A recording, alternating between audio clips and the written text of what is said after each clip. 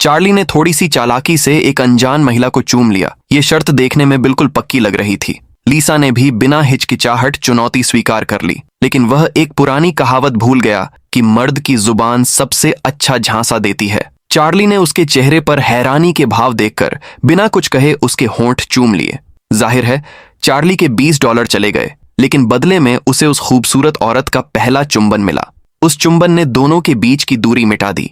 वह हल्का सा आकर्षण अब छिप नहीं पा रहा था। दोनों के मन में कुछ चल रहा था। वे किसी होटल में जाकर थोड़ी देर अकेले बिताना चाहते थे। चार्ली को लगा कि वह ज्यादा होशियार है, लेकिन लीसा भी नासमझ नहीं थी। वह जानती थी कि उस चुंबन का क्या मतलब है। उन्होंने टैक्सी ली और रास्ते में ठहरने की जगह ढूंढने लगे।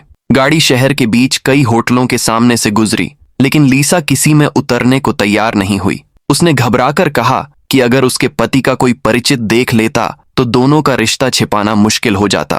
चार्ली को उसकी यह घबराहट बहुत सच्ची लगी और उसे लीसा पर और दया आने लगी। लीसा को मुश्किल में न डालने के लिए चार्ली ने शहर से दूर एक पुराना सस्ता होटल चुना।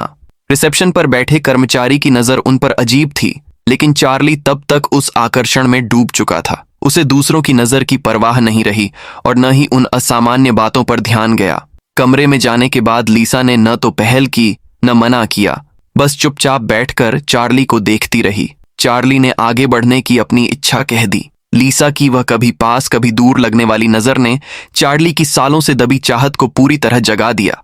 जैसे ही दोनों के बीच का माहौल गर्म हुआ और सीमा टूटने को थी, दरवाजा अचानक लात से खुला और एक हथियारबंद बदमाश अंदर घुस आया। अचानक हुई इस हिंसा से दोनों कांप उठे और मजबूरन अपना सामान सौंपने लगे। लुटेरे ने चार्ली का बटुआ खोला, उसमें परिवार की फोटो देखी और तुरंत समझ गया कि दोनों शादी के बाहर संबंध में हैं।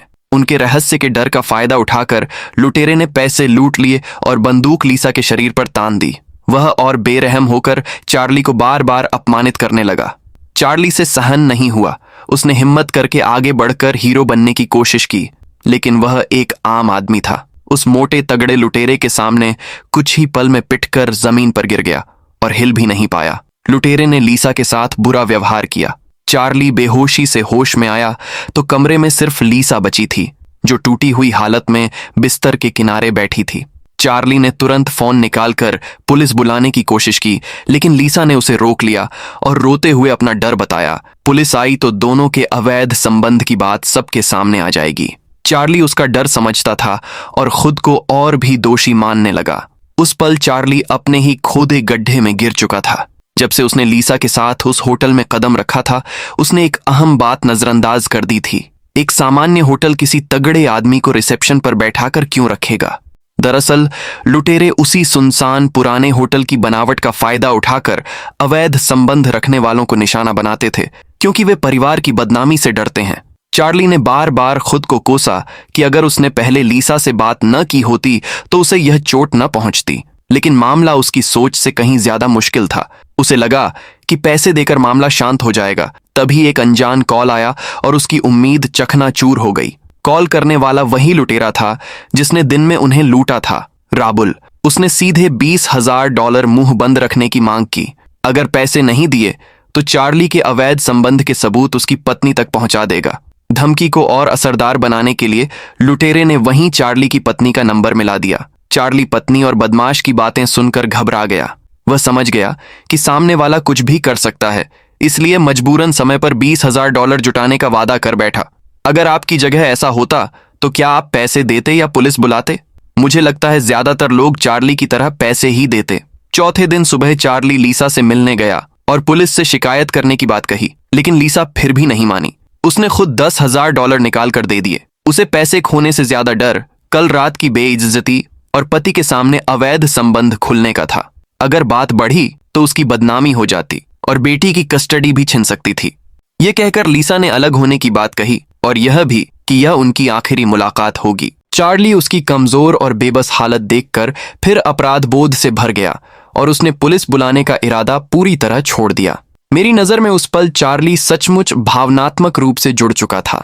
जब एक औरत आपके साथ मुश्किल झेलने को तैयार हो तो ज्यादातर मर्द आगे बढ़कर अकेले ही सब संभालना चाहते हैं। चार्ली भी वैसा ही था। वह 20,000 नकद लेकर तय जगह गया। लुटेरे के साथी ने वहीं पैसे गिने और रकम सही पाकर भी चार्ली को देर से आने पर एक जोरदार मुक्का मारा। चार्ली को लगा था कि पैसे देने के बाद मामला खत्म हो जाएगा, लेकिन लालची लुटेरों का रुकने का कोई इरादा नहीं था। कुछ ही दिन बाद चार्ली के फोन पर फिर से लुटेरे की कॉल आई। राबुल ने और बड़ी रकम मांगी। ये कभी न खत्म होने वाली वसूली चार्ली को बर्बादी के कगार पर ले गई। उसने फोन पर गुस्से में चिल्लाकर सामने वाले को खरी खोटी सुनाई। जब वह फोन काट कर मना करने को हुआ, तभी दूसरी ओर से उसकी पत्नी और बेटी की आवाज आई। चार्ली के पैरों तले जमीन खिसक गई। कॉलर आईडी देखकर उसे एहसास हुआ कि बदमाश उसी वक्त उसके घर में है। वह पूरी ताकत से घर की ओर भागा। दरवाजा खोला तो राबुल अच्छा सूट पहनकर चार्ली का बिजनेस पार्टनर बनकर उसकी पत्नी से हंस हंस कर बात कर रहा था। बेटी भी बिना किसी डर के उस बदमाश से खेल हंसी कर रही थी। चार्ली अपना गुस्सा दबाकर उसके सामने नाटक करता रहा और कोई शक नहीं होने दिया। जब पत्नी बेटी को लेकर बाहर गई तो चार्ली ने राबुल से साफ कहा कि वह तुरंत घर से निकल जाए, लेकिन राबुल नहीं माना। उल्टा धमकी दी कि जल्दी से $1,00,000 जुटाओ, वरना वह उसकी पत्नी और बेटी के साथ कुछ भी कर सकता है। चार्ली के पास कोई रास्ता नहीं बचा, इसलिए उसने वकील से मदद मांगी ताकि कानूनी तरीके से इस वसूली से छुटकारा मिल सके। वकील ने सीधा जवाब दिया, अगर मुकदमा करना है तो लीसा को गवाह बनकर सामने आना होगा। गवाह नहीं हुई तो सारे आरोप कमजोर पड़ जाएंगे और जीत की संभावना लगभग नहीं होगी। चार्ली मजबूरन लीसा के पास गया और उसे अदालत में गवाही देने के लिए कहा, लेकिन लीसा की अगली बात ने चार्ली की हिम्मत पूरी तरह तोड़ दी। उस दिन लुटेरे के हमले से लीसा गर्भवती हो गई थी। चार्ली का अपराध बोध और गहरा गया। उसे लगा कि उसी की वजह से लीसा को इतनी बड़ी चोट सहनी पड़ी। फिर वह उसे सबके सामने गवाही देने के लिए कैसे मजबूर करता। इससे कानूनी रास्ता पूरी तरह बंद हो गया। चार्ली कोई और उपाय सोचने लगा। तभी उसे ऑफिस के साथी वेनेगस की याद आई। वेनेगस पहले अंडरवर्ल्ड में रह चुका था। अब भले ही वह बड़ा आदमी नहीं रहा था, लेकिन इलाके में उसका नाम चलता था। चार्ली ने वेनेगस को वसूली और धमकी की पूरी कहानी सुना दी। वेनेगस ने तुरंत जड़ पहचान ली। ये लुटेरे सीधे साधे लोगों को डराने वाले किस्म के हैं। वे इसीलिए बार बार रकम बढ़ाते हैं क्योंकि उन्हें भरोसा है कि चार्ली पुलिस से शिकायत नहीं करेगा। वेनेगस ने सलाह दी कि ऐसे खतरनाक लोगों से सख्ती से निपटना चाहिए। दोनों ने जल्दी योजना बनाई। पहले 20,000 नकद बातचीत की रकम के तौर पर रखी जाए। वेनेगस ने अपनी बंदूक भी निकालकर चार्ली को दिखाई और उसे हौसला देता रहा। जैसे ही चार्ली हिम्मत जुटाकर लुटेरे को काबू करने की सोच रहा था, अचानक गोली चली और उसकी सारी उम्मीद टूट गई। वेनेगस वहीं मारा गया और लुटेरा अचानक उसके सामने आ गया। हिंसा से हिंसा को खत्म करने की यह कोशिश न सिर्फ $20,000 ले गई, बल्कि वेनेगस की जान भी ले ली। कुछ पल की घबराहट के बाद चार्ली ने खुद को संभाला। उसे वेनेगस की लाश ठिकाने लगानी थी और सारे सबूत मिटाने थे। उसने फिल्मों की तरह लाश फेंकने का तरीका अपनाया। वह गाड़ी लेकर नदी किनारे गया और गाड़ी को न्यूट्रल में डालकर पानी में सरकाने लगा। लेकिन असल जिंदगी फिल्म जैसी नहीं होती।